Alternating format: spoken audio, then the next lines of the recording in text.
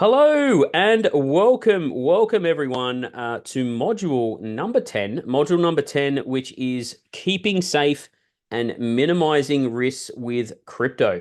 Keeping safe and minimizing risks with crypto. Now, I know I say that pretty much every module is a super important module, but guys, I cannot stress this one enough because as we are entering into this brand new, beautiful world, we need to be aware of the challenges around it as well, and also the opportunities. But we need to be aware that that with that can unfortunately come nefarious characters and scams and all sorts of different things. And we just need to be aware and be on top of things so we can be as safe as we possibly can. So I wanted to run through a module within this training that really covers how to be as safe as possible and how to minimize your risks when buying and holding crypto. Okay, now once again, I'll share as I pretty much shared in all the modules. This is a this is an overview for beginners. Obviously, if you're intermediate or advanced in crypto, this probably isn't the best module for you to watch because you've obviously gone through a lot of this basics before. But I wanted to share the basics with everyone, obviously for beginners, so they have a better understanding of what to do. But once again, like with everything, if you are an intermediate to advanced crypto user, chances are you're probably not going to find a lot of new information in this module, but you may look at this as a nice refresher, shall we say. But yes, just covering that first so everyone's aware. So let's get stuck into this module. So, what I'm going to share with you all today is 7 steps to keep safe and minimize your risks with crypto, right? We don't want to end like this gentleman at the bottom of the stairs, face down, in a pile of mess. We want to ensure that we're keeping as safe as we possibly can and minimizing our risks. So, like with everything, and whenever we connect to the internet and whenever we're joined with other people or sources or whatever it may be, which is essentially what the internet is, there's always risks involved. So what it is about simply minimizing that. Okay. And there are a few very simple steps. Like I said here, 7 steps, to keep you safe and minimize those risks overall. Okay. So number one, and the biggest thing we want to essentially be doing is covering our tracks to help avoid getting hacked. Okay, so now obviously we have a source which is called the internet, like I said before, and we're all connected to the internet, and we always hear horror stories. We always hear things that the terrible things that may have happened and things that take place, and obviously those things do happen.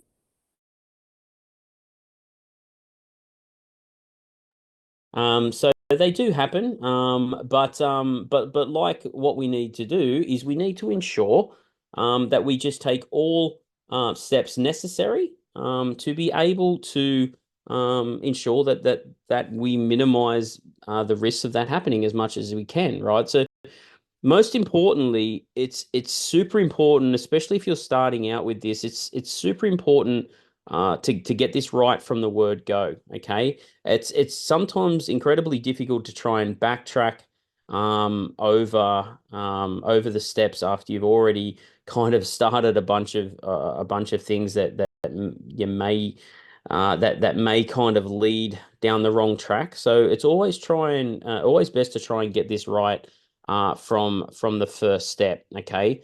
And obviously, it's even more important once your crypto bags get bigger, shall we say, right? So when you got more money on the table, it's even more important to avoid these things happening. Now, number one, okay, is using a VPN for connecting to exchanges. Now, this is something that I've been sharing with my communities for a while now, and I cannot recommend this enough. So essentially what a VPN is, okay, it gives us the ability to be able to change our what's called our IP address. Okay, so let me give you a bit of bit of background on this. Now, just so we're aware, there's been several, big crypto YouTubers that have been targeted and have essentially been hacked. And so it's been kind of front and center for a lot of people who have been following in crypto. And quite often, hackers will target a certain profile if they believe there's weaknesses for them to get in, right? And a lot of YouTubers in crypto, not all of them, but there's a lot of them that kind of come and go that they may not have the best safety protocol. So therefore, if they're getting a big name, then a hacker might look into that particular profile to be able to exploit. Now, just to give a bit of context around this, it's not just big big YouTubers or people with big profiles that get hacked. It can happen to anyone. It can simply be because you've clicked the wrong link on something, open the wrong email. It could be a super simple thing that's happened. So there's a few good things that you can do. Now there's different VPNs that you can use. I personally use a couple of different ones. There's one called TunnelBear, which I find is quite easy to use. It's just got a flick that you can switch to turn it on or off. It's a much more secure way to be browsing the web. So for example, TunnelBear encrypts your internet connection to keep your online activity private on any network, which is a super safe way to be searching, essentially searching and surfing the internet. Okay. Um, so I always kind of suggest to people and say to people, don't go to the market naked, in a way, right? It's kind of a good way of remembering it, right? You don't want to go to the market naked. You want to be covered up. You want to be protected, right? And it's the same thing here. Before we go out searching on the market for cryptos, we want to make sure we're covered up and um we're protected as well. Okay, so like I said, you don't have to use a particular VPN. There's various VPNs that are that you can use, but I just wanted to cover the first essential step that I believe, which is using a VPN before connecting to any exchanges or essentially before doing anything in crypto. We want to be covering our tracks with a VPN when connecting to exchanges, and this is an idea. This gives you an idea of how this works. James has just asked in the chat, is NordVPN good? There's several VPNs that are good. James, I do know other people who have Nord, and I know other people that have got other ones, and yeah, I've never heard any issues with that. So as I said, there's several VPNs you can use. It's not particular one in particular that you have to have. So this is essentially a diagram of explaining how a VPN protects your IP address and hides it from hackers, right? So essentially what we've got here is this could be you using your computer or phone on the top here and not using a VPN. Your IP address then is stated there, right, for everyone to see. Anyone can see what your IP address is to connecting to your and connecting to the hardware you're using, right? And that can be seen as you connect to an exchange. Now, if you on at the bottom here, if you have a VPN connected to your computer or your phone, your IP address is essentially locked. It's hidden, right? So when you connect to the exchange, your IP address is hidden from any hackers or anything like that. And this is a real essential step, as I said, to ensure your safety as you're surfing through crypto online. Okay. Now, once again, if you've already started in crypto and you're already doing the process and you haven't got a VPN yet, don't go freaking out and worrying and going, oh my goodness, I haven't got one yet. Guys, just simply, just as I said, just simply look for Look for one online. There's several that are very decent prices, and it's just like a subscription that you can get, right? So essentially what it does is it hides your IP address, and it's just another layer of protection from hackers. This is what I always say. One is the worst number in investing and business. Now, what do I mean by that? Well, we never want just one of something. We want to avoid single points of failure, right? So we want to avoid single points of failure. So if, for example, all you've got is just a password, that is the only, I guess, step between a hacker entering into your exchange account or not, then that is a single point of failure, right? Because if that doesn't work and they get through that, well, they've got access to your exchange or to your information or whatever it may be. So we often want to have multiple points, and that way we ensure the protection of not just our assets, but also our identity, because that's another big thing that happens on the internet, and you'll hear a lot of the time is identity theft and this kind of thing, right? So we want to ensure that we have more than just one single point of failure. Okay, so this is a key thing to remember. Number two, using multiple exchanges. Now, once again, if you've already watched the bonus module number 3, you all would have listened to me talk about the different coins that I like, and I also spoke on that call to Bisha, who is from Stormrake, the crypto brokerage service Stormrake. Now, obviously, if you use a crypto brokerage service like Stormrake, you don't really need to worry about potential issues like this. But if you're in a situation where, for whatever reason, that you can't use the brokerage like Stormrake, for an example, and you need to use an exchange, maybe it's because you have, very small amounts that you want to transfer. It could be a multitude of different reasons. Well, what you want to do is take some simple steps that I'm going to explain to help protect you. Okay. So, like I said before, one is the worst number in business. Okay. So, if you're going to have and be using exchanges, try and use more than one. Maybe have two or maybe have three that you use. And what we always want to be doing is never leaving the crypto that we purchase on the exchange, never leaving it on the exchange. We don't want it just sitting there. Now, I understand people trade on exchanges and have open leverage trades, for example, and things like that. And that's okay. We have no choice. That's a choice that you make, and the risk that you associate in regards to trading and keeping money on an exchange. But if we're simply just holding crypto, we don't want to be leaving it on exchanges. Okay. So we're going to be talking about hardware wallets in a minute. I'll be talking about them next. But yes, but what we want to be doing is, as I said before, not having a single point of failure, not having a single exchange. The most ideal situation, in my opinion, is to simply use a crypto brokerage service like Stormrake. You can find their details in the bonus module number 3.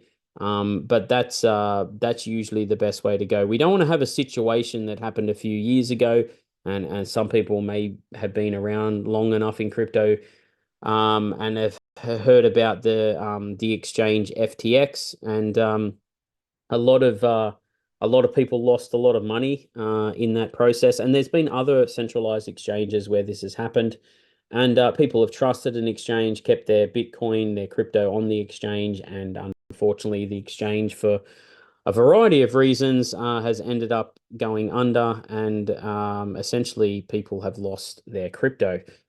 So we don't want that to be happening to you. Okay, so once again, don't use the number one. Don't have just one single point of failure.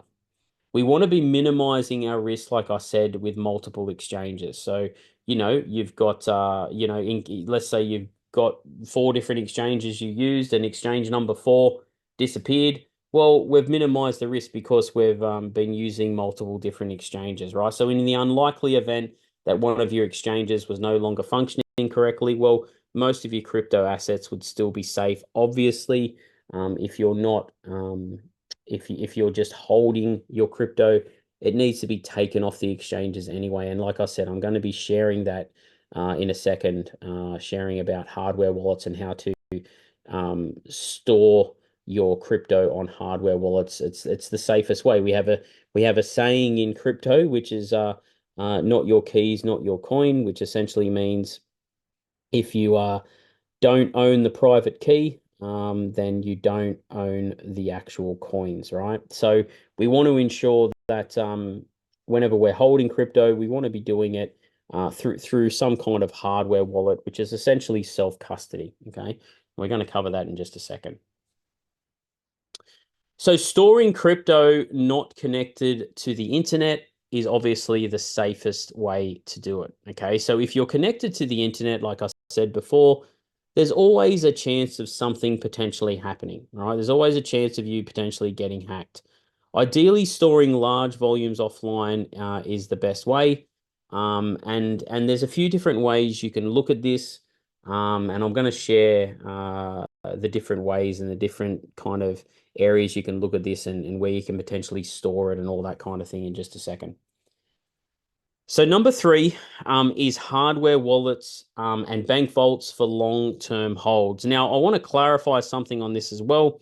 I'm certainly not here stating and specifying that bank vaults are safe and secure. Obviously, people have used bank vaults for very, very long periods of time, holding, extensive amounts of wealth, including, gold bars and everything else. But I'm absolutely not sitting here endorsing bank vaults. Of course, I'm not doing that. I'm just simply sharing some of the best ways that people have been able to store and secure their wealth over decades. Okay. But there's obviously a multitude of different ways you can do this now in this new digital era. Now, once again, one is the worst number in business. We don't want to just be storing and holding our crypto potentially on one hardware wallet or in one vault. Okay.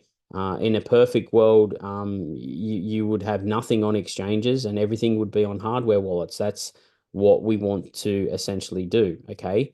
Now, obviously, hardware wallets can also have risk as well, but the risk is a lot less than keeping it on exchanges. Okay. Now, if you've bought all your assets and you're starting to store them on one hardware wallet, then maybe once again it's an opportunity to be able to spread that out over multiple hardware wallets. Okay, so that's something that is important to keep front of mind as well. And I often get asked the question, or Troy, what amount is it that is it when I get to a certain amount that I should have an additional hardware wallet? And I always say to people the same thing. $1,000, for example, to you could be completely different to me, could be completely different to someone else. So there's no specific dollar amount. There isn't, okay? The amount is quite simply, I say to people when it gets to a point where you feel, okay, this is an exceptional amount of money. And if I was to lose this money, this would affect me. Okay, this would affect me if I was to lose this amount of money. When it gets to that point, whatever the dollar figure is, because once again, like I said, to some people, $1 million is spare change. To other people, it's a lifetime of wealth. So, you need to determine that figure yourself with your partner or however you want to do that, and then you can share that out over multiple different wallets. Okay, over multiple different wallets. And what we want to be doing is storing the key phrase with the hardware device. It's actually important, okay, to ensure that you have the key phrase so you can restore your wallet onto another device and save your funds. Now, often people say to me, they say, Troy, what if someone, what if I write down the 24 words and someone discovers it? If I've got my hardware wallet next to that, well, that's no good. They're going to be able to access everything. And I say to them this, if someone discovers those 24 words, guys, it doesn't matter whether the device is there or whether the device is not there. It really makes no difference. Because if they've discovered the words, then they can access your crypto regardless of if they have the device or not. So the words are set up as a backup to if you lose the device. Okay.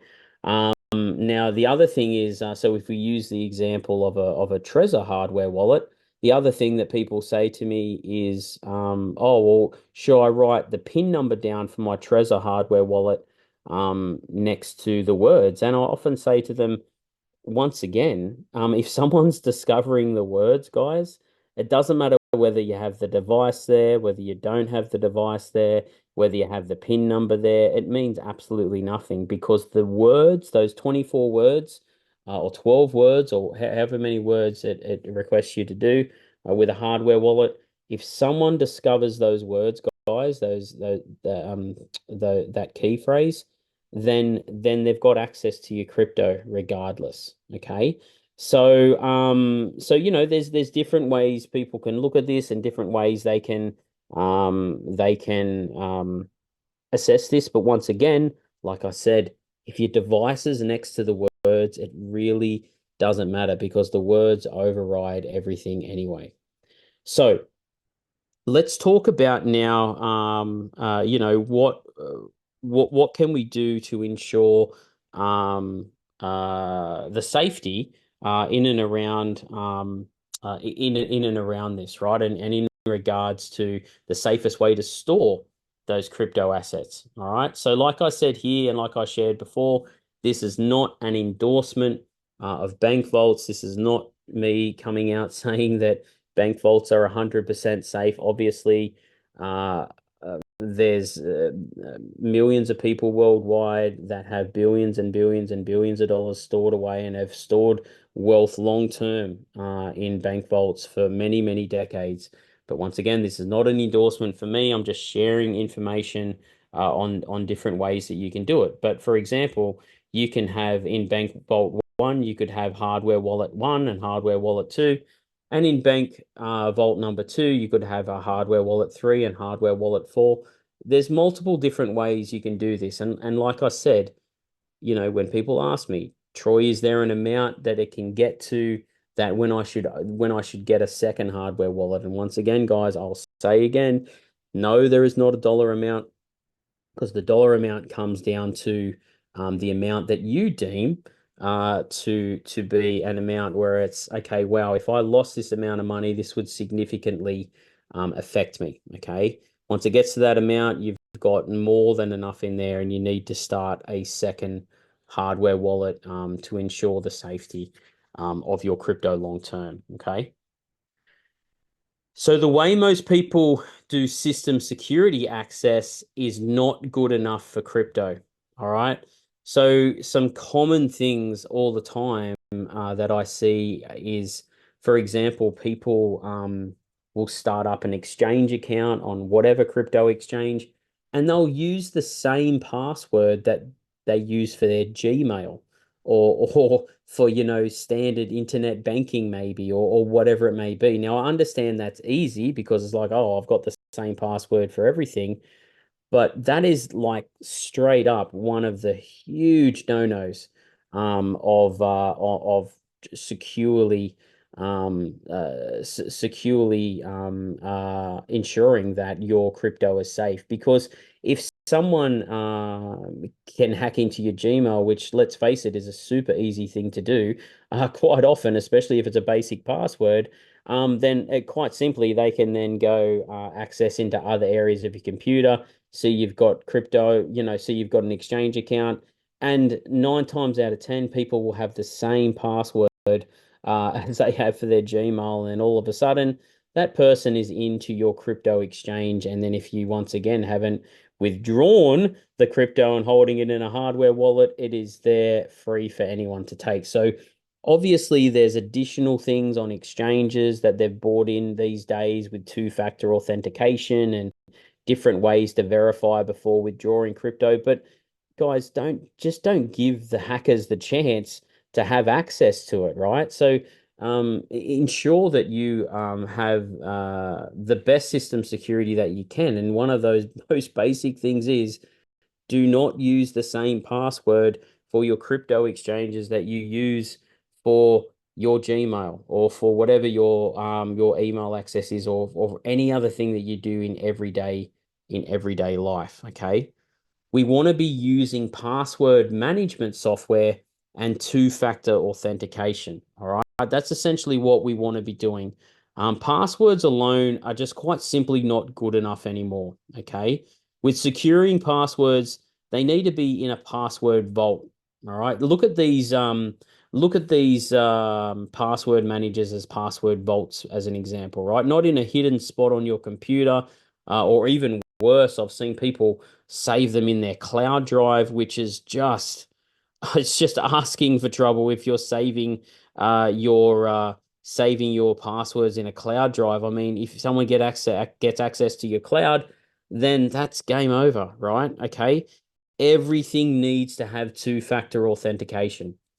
So I've put the example on here of Google Authenticator. Now, once again, I'm not endorsing Google Authenticator. I've also put on here LastPass on the screen. I'm not endorsing LastPass as a password manager. I'm simply sharing with you a password manager software in LastPass and a two-factor authentication software in Google Authenticator. There's many other two-factor authenticator apps and many other password management softwares that you can use. You don't have to use these two. It's just an example, like I said before. So, but we want to ensure that we have that additional security to ensure that we've just got that extra layer of security. All right. We need to avoid malware, viruses, and phishing attacks, right? What's known as phishing attacks, phishing with a PH.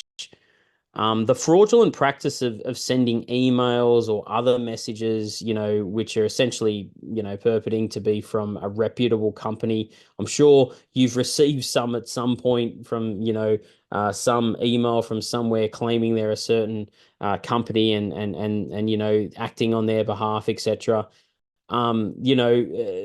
That practice in order to induce individuals to reveal personal information, that is what's known as a phishing attack. Okay. And often people, end up releasing passwords, credit card numbers, and that's essentially what a phishing attack is. Okay. Now a virus is a type of malware software that's specifically designed to disrupt, damage, or gain unauthorized access into your computer system. Okay. So that's when we're talking about malware, viruses, and phishing attacks, that's essentially what we're talking about. All right. Just to be clear.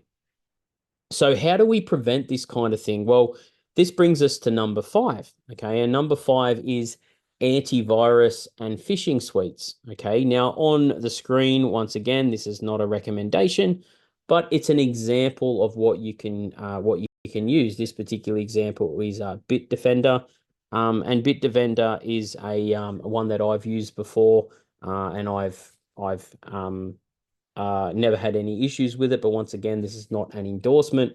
It's just an example of antivirus and phishing suites that you can potentially use. All right. So what we want to be doing is we want to be choosing highly secure operating systems as well. Not all operating systems are created equal, okay? And some are more likely to get viruses and malware issues, okay? Now, I'm not sharing this here because I know in regards to we've got Apple users or Mac users, and then we've got PC or Android users, and I'm not here to say one is more is more right than the other and one's better than the other. That's not what I'm here to say, but I'm going to share some statistics and some data with you. Okay. So number 6 is this: Mac and iPhone rather than Windows and Android. And the main reason is, once again, it's not because of operating systems. It's not because I believe that Mac is better or whatever it may be, but it's quite simple, okay? As you can see, how many viruses are on Mac versus Windows? And according to threat research from Elastic Security Labs, roughly 39% of all malware infections happen on Windows and PCs. Now, once again, you don't have to just go off this particular research firm. There's multiple different research firms that'll tell you the same thing. But as it says, in good news for Apple fans, only 6% of breaches occurred on Mac systems. Okay, so making Mac systems far less vulnerable than their Windows counterparts. Now, just because you may be listening to this with an Android or listening to this with a Windows system, does that mean that tomorrow I've got to go out and buy myself a Mac or an iPhone? Of course, that doesn't mean that. What it means is that you just need to be a little bit more aware, and you need to be just a little bit more vigilant in regards to what happens, what's going on, and just what the statistics out there tell us. Okay, so once again, I'm not here to be picking sides. I'm here to be sharing factual information with you all and data with you all, so then you all can make the most informed choice that you can make. All right. So that is the whole idea of me sharing this information. It's quite simply that. It's just what is the best decision that you can make to ensure the safest the safest steps for you holding your crypto. And here's another one down the bottom here. Why is iOS better than Android in terms of security? And as it says here, the iOS environment is generally secure due to Apple's tight control over the apps that are available in the App Store. Okay, so it makes it far less susceptible to malware than Android. So careful, systematic digital wallet management for transfers. Okay. All right. This is important. Okay. This is essential to ensure that we have the correct processes in place to ensure that you are 100% certain and assured that when you're sending crypto from one wallet to another, that you have a process in place that you feel 100% comfortable with.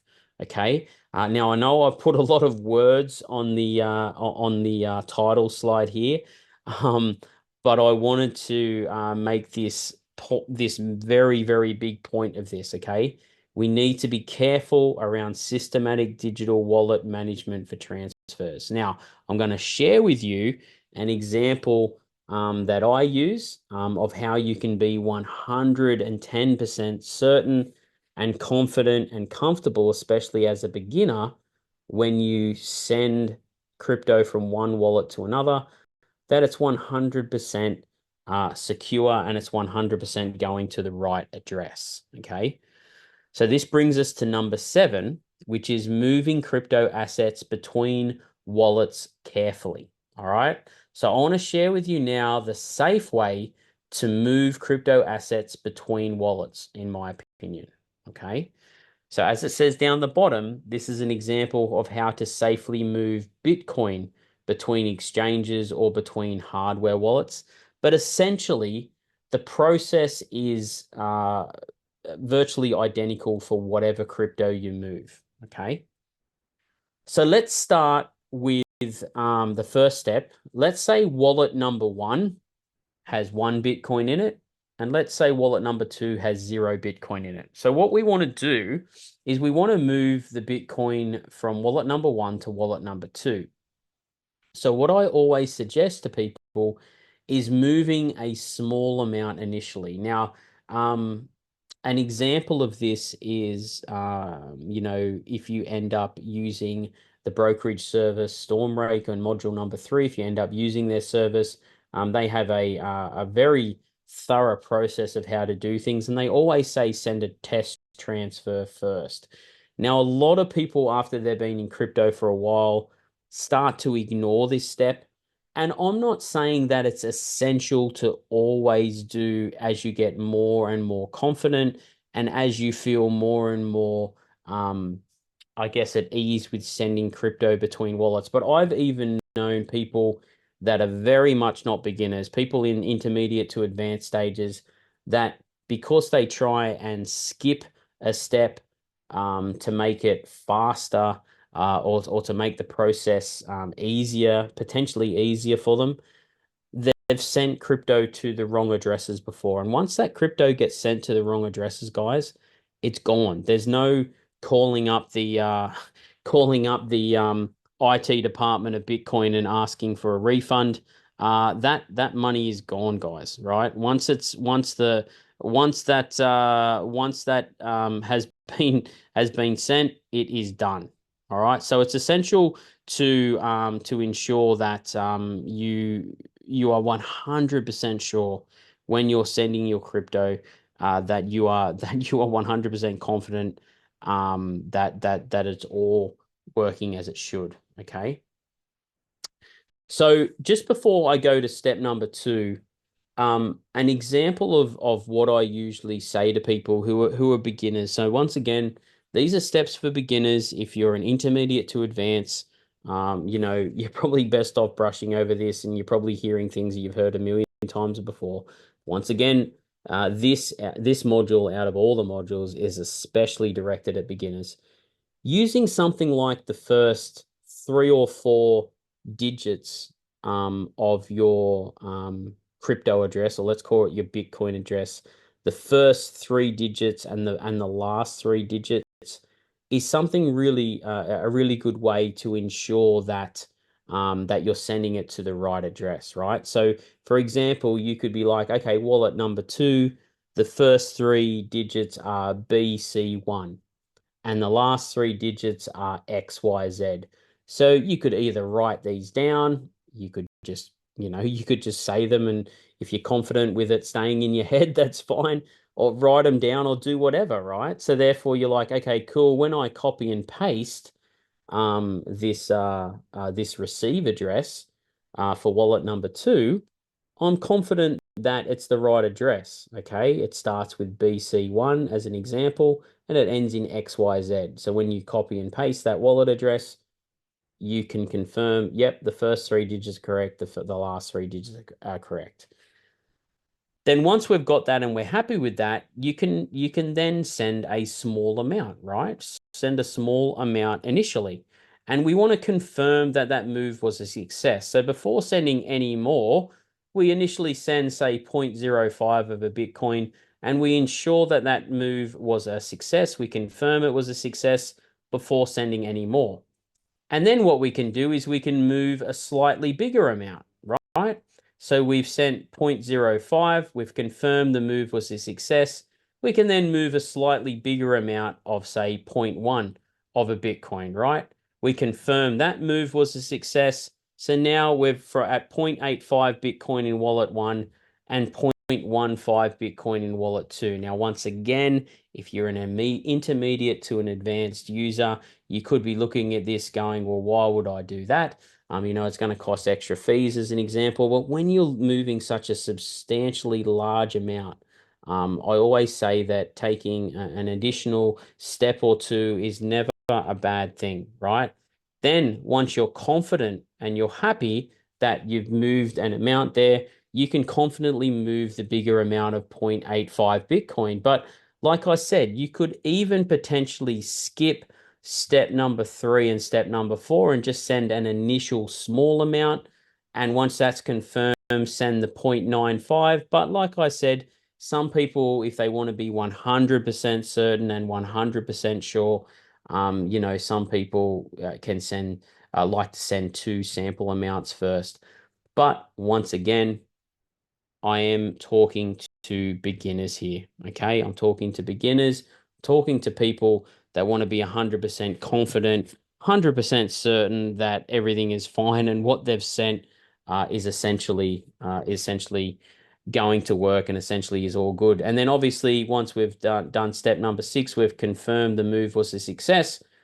We then have the full 1 Bitcoin in wallet number 2. Now, once again, pending on the dollar amount or pending on the amount of crypto that you may be sending, you could just simply do this over, 1 or 2 steps.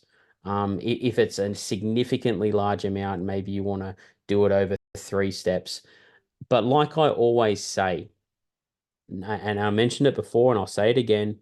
One is the biggest kind of mistake, I guess you could say, in business. You don't want to have a single point of failure. So, therefore, at least send one sample before you send a larger amount. And like I said, you'll find that the best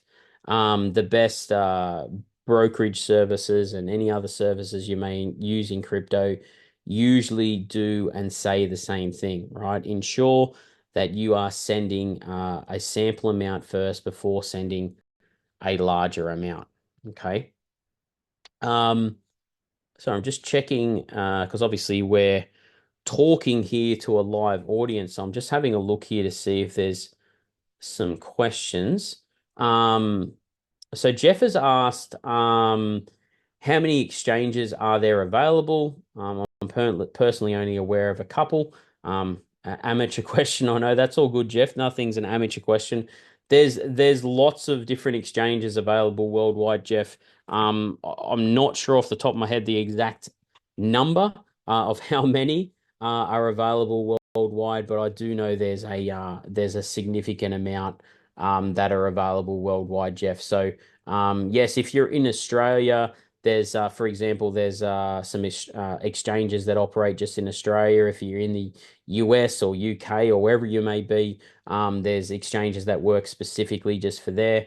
But yeah, like I mentioned before, and like I talk about in module number 3, when we talk about the coins that I like in my winning portfolio and how to build it and that kind of thing, I obviously speak to Bisha from Stormrake, and I personally believe that having a broker and a brokerage service like Stormrake is essentially the best way to go because once again, you're not relying on an exchange, you're not relying on anything like that, and you're also getting the best rate available for your crypto as well. You're getting the best rate available because they're not married to a certain exchange, so they'll scour over multiple different exchanges and find the best rate for the Bitcoin or Ethereum or whatever it is you're purchasing. Linda's asked, are there any recommendations you would suggest for exchanges? Linda, it's not really something I do is recommend exchanges. I've obviously had the ability and the fantastic opportunity to be able to work with Bisha and the team at Stormrake, and I believe a brokerage service is the best way to go over an exchange. If it's absolutely vital that you use an exchange for whatever reason you may have, the best way to find the best exchanges potentially to use, you can always look at uh, um, uh, uh, coinmarketcap.com as an example. So coinmarketcap.com, which essentially has all the cryptos ranked from number 1 in coin markets. There's CoinGecko.com. That's another website you could look at that has various different exchanges that you can use to purchase all the different crypto. So, I mean, there's something like that you could check out and have a look at the exchanges. But once again, it's not something that I personally recommend a certain exchange in a certain area or anything like that. Yeah, the only service that I really share is the brokerage service because, as I said, you're not relying then on any one single exchange because, like I said before, you're not relying on one single point of failure that way, which I think is super important. Um, so just having a look here to see if there's any other questions. Simone's asked, unless it's your retirement funds,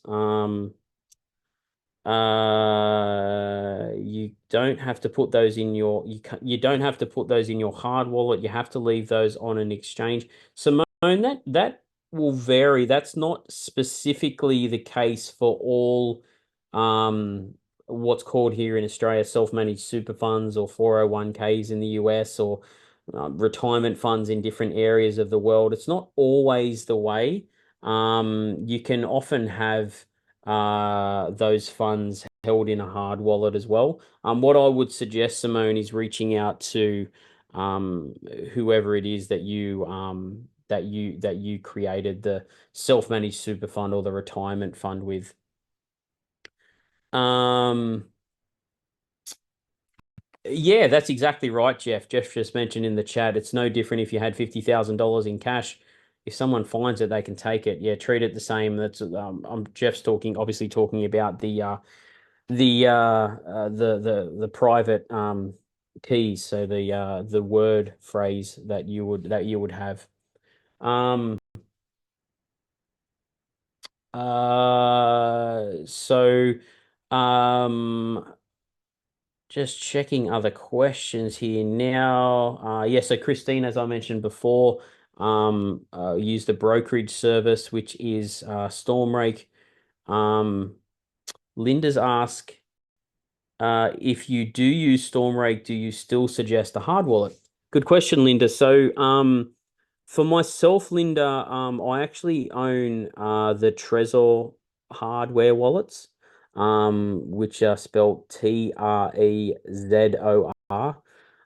So Trezor. They're the hardware wallets that I use. Now, once again, it's not an endorsement.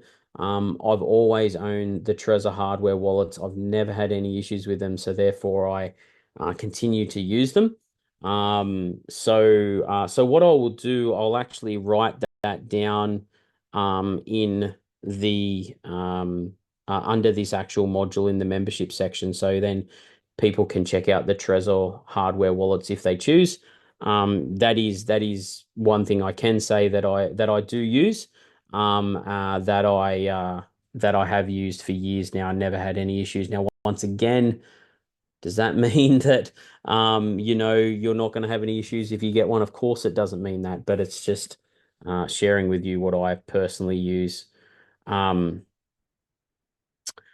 just having a look at your question here, Brian, after watching the video. So obviously you're talking about module 3 with my top 10 coin picks. Will there be a later course when crypto starts to boom or starts to go up? So yeah, the advantage, Brian, I guess, of being part of the Crypto New Rich community is that I will be sharing via email list, sharing when the times that I believe we're starting to potentially hit the top of a market if we are moving into a more bullish market. So yeah, I will be sharing that information as we get as I believe we get closer to the top of the market. James has asked, is there a need to have a few Trezor wallets? So James, there's not really an essential need to have multiple Trezor wallets at first. Like I said before, and I'll mention it again now, if once you have an amount of money in a Trezor wallet that you feel you look at it and you think, wow, this is an exceptional amount of money. If I was to lose this, this would greatly affect me in X, Y, and Z way. Then that's the time you need to get an additional wallet and start spreading out the assets. Okay. Um, that's what I would suggest, James. So at first, no, there's no need to get a few Trezor wallets, but it's just when it gets to that amount. Um, Andrews mentioned some of the coins in the portfolio potentially are not supported with Trezor hardware wallet. Is it okay to store that coin on a software wallet? So depending on the coin, Andrew, most of them, I believe, are compatible on the latest Trezor hardware wallet. If that's not the case, then just send an email to our support team, support@fastlaunchddigital.com, and we can share what that is. But my understanding is that on the latest Trezor, all of the coins that I've recommended are compatible. So for the people who are mentioning, so obviously, if you're watching this recording, this potentially doesn't affect you, but people are mentioning in the chat here, just waiting to receive my book. Yeah, please send an email to support@fastlaunchddigital.com. So FASTLAUNCHDIGITAL.com, all one word, right? Support@fastlaunchddigital.com, and let them know so they can chase that up for you. We've been advised off Amazon, once you order it, you should have it within 5 business days. Now, obviously, Amazon, that something's going on there. If that's the case and you've been waiting longer, please email our team so they can chase that up for you, okay? Because that should definitely be the case. Yes, Simone, the book is something that you receive with the course. It's just that obviously from when you order the course, and this program, usually, as I said, we're being told within 5 business days. But if that's the case, if it's been longer than that, please email our team so we can chase it up for you, okay? Okay. Beautiful. Awesome, Brian. I've enjoyed the learnings from the course, enjoying reading a new book. Thank you, Brian. I appreciate the kind words. So yes, so that is the essential 7 steps to ensure you are securely storing your crypto, because that is the ultimate thing we want to do here. If we're getting this together, we want to ensure that we have it stored as safely as possible. So in the next module, guys, we are going to be going into our final 5 modules, which is covering essentially your mindset, where you need to be able to enter into the crypto new rich. So the next module is vision and goals for achieving success. Now, this is what I've put together over the last 8 years, and everything that's worked for me within the crypto market from a mindset perspective as well. So this is really where we start to really hone in on our skills around the mindset area, and having the correct mindset to then not just once we acquire the wealth, but then being able to keep and continue to grow that wealth as well. Okay. So thank you to everyone who's here live. If you are watching this module on a recording, thank you so much as well for joining us along on this journey. For the people who are here live, thank you so much for your kind words in the chat.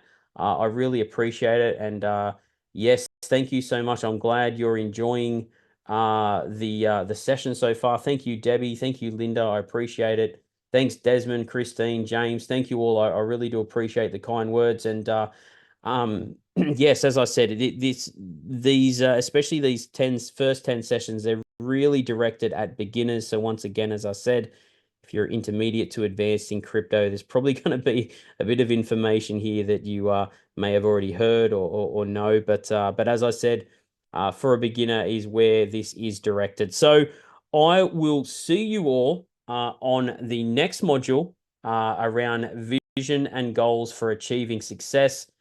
Thank you all again. It's been a great journey so far, and we're going to kick into that mindset level next up. So vision and goals for achieving success. I'll see you in the next module.